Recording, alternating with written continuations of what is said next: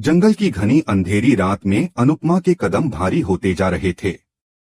उसके पैरों में मिट्टी और पत्तों की सरसराहट मिलकर एक बेचैन ध्वनि पैदा कर रही थी। हवा में नमी और डर दोनों घुल चुके थे। वह हर झाड़ी, हर पेड़ के पीछे झांककर राही को पुकारती जा रही थी, राही, राही बेटा कहाँ हो तुम? उसकी आवाज में कांपती उम्मीद और भय दोनों थे। दिल में एक ही प्रार्थना थी कि भगवान अब उसे एक और बेटे से न छीन ले। आंखों में समर की यादें तैर जाती हैं और होंठ कांपते हुए कह देते हैं, भगवान आपने मुझसे समर को ले लिया, पर मेरी राही को कुछ नहीं होना चाहिए। उसके माथे से पसीना बह रहा था, आंखों में आंसू थे और दिल में केवल डर। अचानक एक हवा का झोंका आता है और कहीं से एक मोर पंख उड़ता हुआ उसके सामने गिरता है। अनुपमा उस पंख को अपने हाथों में पकड़ लेती है और गहरी सांस लेकर कहती है, कान्हा जी, क्या यह आपका संकेत है? वह पंख हवा में तैरता हुआ आगे बढ़ता है, जैसे किसी दिशा की ओर इशारा कर रहा हो। अनुपमा उसकी ओर देखती है और उसके पीछे चल पड़ती है। जंगल में हर तरफ अंधेरा था, लेकिन उस पंख की चमक उसके कदमों को दिशा दे रही थी। रास्ते में टहनियां टूटने की आवाजें, झींगुरों की आवाज और हवा का सिहरन सब मिलकर एक अजीब सन्नाटा बना रहे थे। कुछ देर बाद वह देखती है कि पंख एक पुराने पेड़ की शाखा पर जाकर रुक जाता है। अनुपमा ठहर जाती है और सोचती है, यही कहीं राही होगी। यही संकेत है। उसके दिल में हल्की सी उम्मीद जगती है और वह पेड़ के आसपास राही को ढूंढने लगती है। हर गड्ढे में झांककर वह आवाज देती है, राही सुनो बेटा, मम्मी यहाँ है, लेकिन कोई जवाब नहीं आता। तभी उसकी नजर पड़ती है कि वहाँ कई गहरे गड्ढे हैं। वह घबराकर कहती है, हे भगवान, इतने सारे गड्ढे, कहीं मेरा बच्चा इनमें से किसी में तो नहीं गिर गया? वह एक एक कर सब में झांकती है, आवाज देती है और धीरे धीरे उसकी सांसें तेज हो जाती हैं। इधर शाह हाउस में लीला देर रात धूप जला रही होती है। बाबूजी उसके पास आकर पूछते हैं, लीला, इतनी रात को धूप क्यों दे रही हो? लीला की आंखों में बेचैनी थी। वह धीमी आवाज में कहती है, मुझे लग रहा है कि घर पर कुछ अनहोनी होने वाली है। मैं अपने परिवार को किसी बुराई से बचाने की प्रार्थना कर रही हूँ। तभी अचानक उसकी थाली हाथ से गिर जाती है और धूप जमीन पर बिखर जाती है। धुएं के साथ हवा में एक डर का एहसास फैल जाता है। लीला चौंकती है और कहती है, यह शुभ संकेत नहीं है, यह तो अपशगुन है। बाबूजी भी चिंतित हो जाते हैं। दोनों की आंखों में डर साफ झलकता है। उधर कोठारी हाउस में प्रार्थना बेचैनी से इधर उधर टहल रही होती है। अंश उसे शांत रहने के लिए कहता है, प्रार्थना, खुद को संभालो, सब ठीक होगा। लेकिन वह कहती है, मुझे डर लग रहा है अंश, कहीं गौतम मेरे बच्चे को हमसे छीन ना ले या हमारे बीच ना आ जाए। अंश उसके हाथ पकड़कर कहता है, तुम्हारे और हमारे बीच कोई नहीं आ सकता, मैं हूं ना। तभी अचानक प्रार्थना पेट पकड़कर दर्द से कराह उठती है। अंश घबराकर चिल्लाता है, कोई है, जल्दी आओ। सब लोग दौड़ते हुए आते हैं। पराग तुरंत डॉक्टर को फोन करता है, डॉक्टर साहब, प्रार्थना को बहुत दर्द हो रहा है, जल्दी आइए। पूरे घर में अफरा-तफरी मच जाती है। अंश और पराग दोनों उसके पास खड़े होते हैं और पराग दृढ़ आवाज में कहता है, मेरे रहते किसी को भी डरने की जरूरत नहीं है। अगर गौतम ने प्रार्थना को परेशान किया तो मैं उसे बख्शूंगा नहीं। इसी बीच मीता आती है और पराग से कहती है, भाई, आपको बाहर चलना होगा, जरूरी बात है। पराग हैरान होकर पूछता है, क्या हुआ? मीता कहती है, बात गंभीर है, बाहर चलिए। पराग मजबूरन बाहर चला जाता है, लेकिन उसका मन वहीं प्रार्थना के पास अटका रहता है। उधर प्रेम राही को फोन कर रहा होता है। बार बार कॉल मिलाने पर भी फोन नहीं लगता। वह चिंतित होकर कहता है, राही, आखिर फोन क्यों नहीं उठा रही हो? उसके हाथ में राही की तस्वीर होती है। वह तस्वीर को देखता है, मुस्कुराने की कोशिश करता है, लेकिन आंखों से आंसू गिर पड़ते हैं। तू हमेशा कहती थी ना कि मैं जल्दी परेशान हो जाता हूँ। अब बता कैसे न हो परेशान जब तू खुद लापता है। तभी पीछे से कोई आदमी उससे टकरा जाता है और उसका फोन हाथ से गिरकर टूट जाता है। प्रेम झुककर फोन उठाता है और घबराकर कहता है, अब तो मैं राही से बात भी नहीं कर सकता। उसकी आंखों में डर और बेबसी दोनों थे। इस बीच शहर के दूसरे छोर पर देविका और सरिता भी राही और अनुपमा को ढूंढने निकली होती हैं। दोनों के हाथों में टॉर्चें हैं और वे एक दूसरे से कहती हैं, इतना बड़ा जंगल है, कहाँ ढूंढें उन्हें। देविका अचानक रुकती है और कहती है, मैं प्रकाश की पत्नी को कॉल करती हूँ, शायद उसे कुछ पता हो। सरिता कहती है, पर अगर वह खुद मुसीबत में हो तो। देविका फिर भी कॉल लगाती है, लेकिन फोन किसी और के हाथ लग जाता है। उधर से एक भारी आवाज आती है, कौन बोल रहा है? आवाज सुनते ही देविका के हाथ कांप जाते हैं और वह तुरंत फोन काट देती है। सरिता पूछती है, किसकी आवाज थी? देविका धीरे से कहती है, वह कोई आदमी था और मुझे लगता है प्रकाश का गुंडा। सरिता कहती है, अब क्या करें? देविका जवाब देती है, हम प्रकाश की पत्नी को मुसीबत में नहीं डाल सकते। दूसरी ओर प्रकाश की पत्नी उसी वक्त फोन को देख रही होती है। वह सोच में पड़ जाती है कि यह कॉल आखिर किसका था। उसका मन बेचैन हो जाता है। कहीं यह उसी औरत की कॉल तो नहीं थी जो अनुपमा के साथ है। लेकिन वह कुछ समझ नहीं पाती। जंगल में अब भी अनुपमा का संघर्ष जारी है। उसके हाथों में मिट्टी लगी है, कपड़े फटे हैं, फिर भी वह हार मानने को तैयार नहीं। वह आसमान की ओर देखती है और कहती है, हे कान्हा, आप ही बताइए, कहाँ है मेरी बच्ची? मुझे फिर से माँ बनने का हक दीजिए। तभी एक हल्की सी आवाज गूंजती है, जैसे कोई दूर से पुकार रहा हो। अनुपमा चौकन्नी होकर कहती है, राही, क्या तुम हो? हवा थम जाती है, पेड़ों की पत्तियां स्थिर हो जाती हैं और अनुपमा उस दिशा में दौड़ पड़ती है जहां से आवाज आई थी।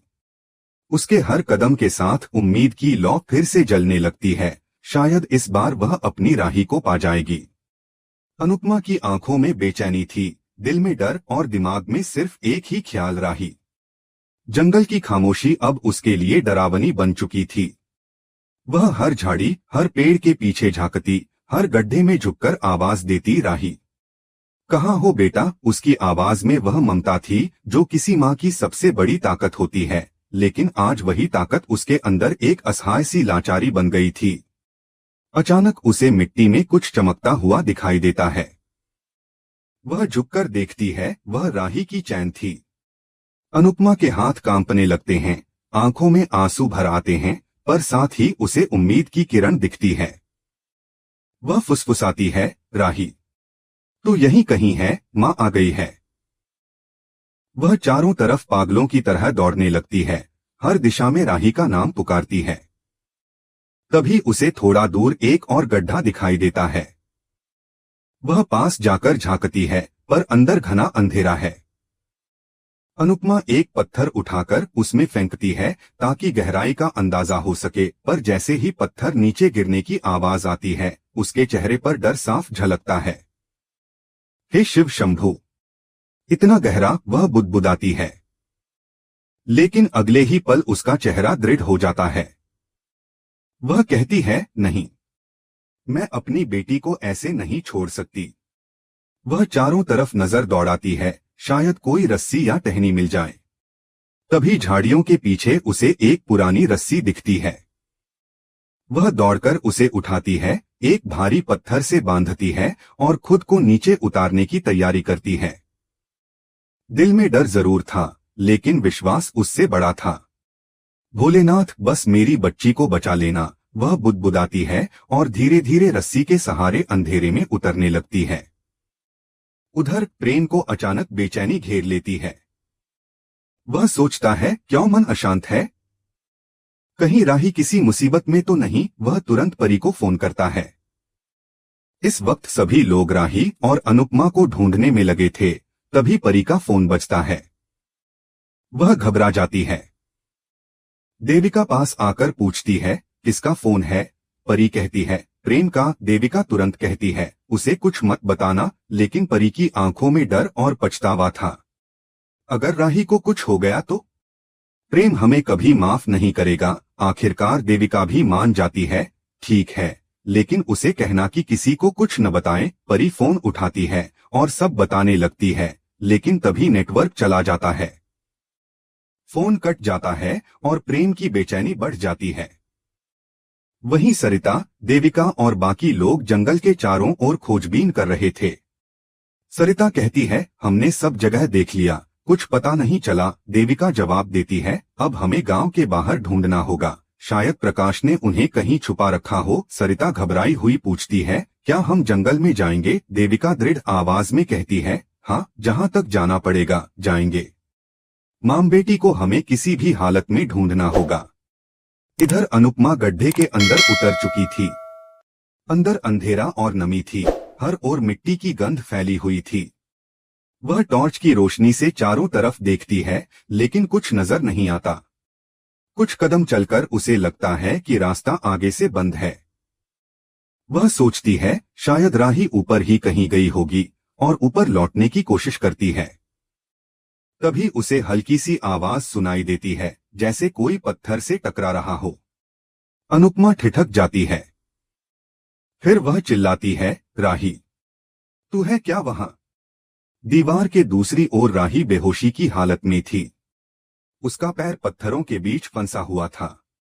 आवाज सुनते ही वह हल्का सा हिलती है और कमजोर आवाज में कहती है, मां। अनुपमा की आंखें भर आती हैं। वह खुशी और डर के मिले-जुले भाव में चिल्लाती है, राही, मां आ गई है बेटा, मैं आ रही हूं। वह दीवार के पास पहुंचने की कोशिश करती है, लेकिन तभी उसके सामने एक सांप फुफकारता हुआ निकल आता है। अनुपमा डर जाती है, पर तुरंत अपने हाथ जोड़ती है। हे महादेव, ये तो आपके दूत हैं। मेरी बच्ची मुसीबत में है, मुझे जाने दीजिए। सांप उसकी आंखों के सामने लहराता है और वह धीरे धीरे पीछे हटती है। उधर प्रकाश अपनी हवेली में हंस रहा था। इस बार दशहरे की रात सिर्फ रावण नहीं जलेगा, उन मां बेटी की चिता भी धधकेगी। वह कहता है। तात्या डरते हुए पूछता है, अगर वो बच गई तो? प्रकाश व्यंग्य से मुस्कुराता है, मैं वो सांप हूं जिसके जहर से कोई नहीं बचा। दूसरी तरफ पराग घर के बाहर आता है और देखता है कि मोटी बा और माही किसी को लेकर आई हैं। वह गौतम था। पराग के चेहरे का रंग उड़ जाता है। यह यहाँ कैसे आया? वह चिल्लाता है। तभी प्रेम भी पहुंच जाता है और गुस्से में गौतम की तरफ बढ़ता है। तेरी इतनी हिम्मत! पर उससे पहले मोटी बा बीच में आकर दोनों को रोकती हैं। हवा में तनाव और पुराने जख्मों की गंध फैल जाती है। जंगल के अंदर अब अनुपमा और राही के बीच दीवार थी, पर उनके दिलों की पुकार एक थी। राही रोते हुए कहती है, मां, मुझे बचा लो। अनुपमा सांप की ओर देखती है और कहती है, मेरी बेटी को बचाना ही मेरी पूजा है। वह धीरे धीरे आगे बढ़ती है। सांप की फुफकार और अनुपमा की सांसें एक साथ गूंजने लगती हैं। इसी बीच आसमान में बादल गरजने लगते हैं। अगले पल बारिश शुरू हो जाती है, जिससे गड्ढे में पानी भरने लगता है। अनुपमा ऊपर की ओर देखती है और घबराकर कहती है, हे भगवान, नहीं। वह राही से चिल्लाकर कहती है, दूसरी तरफ से कोशिश करो बेटा। लेकिन राही टूट चुकी थी। अब मुझसे नहीं होगा मां। आप जाइए, आपको क्या फर्क पड़ता है, मैं जीऊं या मरूं? अनुपमा की आंखों से आंसू झरने लगते हैं। वह कहती है, ऐसा मत बोल बेटा, माँ तेरे बिना कैसे जिएगी? और दूसरी तरफ प्रकाश उसी वक्त अपनी हवेली में हंसते हुए कहता है, अगर वह सांप से बच भी गई तो बारिश के पानी से डूबकर मर जाएगी। राही रोती हुई कहती है, आपकी वजह से मैं जीते जी कई बार मरी हूँ, लेकिन इस बार सच में मर रही हूँ। अनुपमा चिल्लाती है, राही नहीं। उसकी आवाज जंगल में गूंज जाती है और वहीं एपिसोड खत्म हो जाता है। कहानी यहीं रुकती है। माँ की ममता, बेटी की पीड़ा और किस्मत का वह खेल जहां हर दिशा में सिर्फ अंधेरा था, लेकिन उम्मीद अब भी जिंदा थी, क्योंकि जब तक अनुपमा सांस ले रही थी, राही को कुछ नहीं हो सकता था।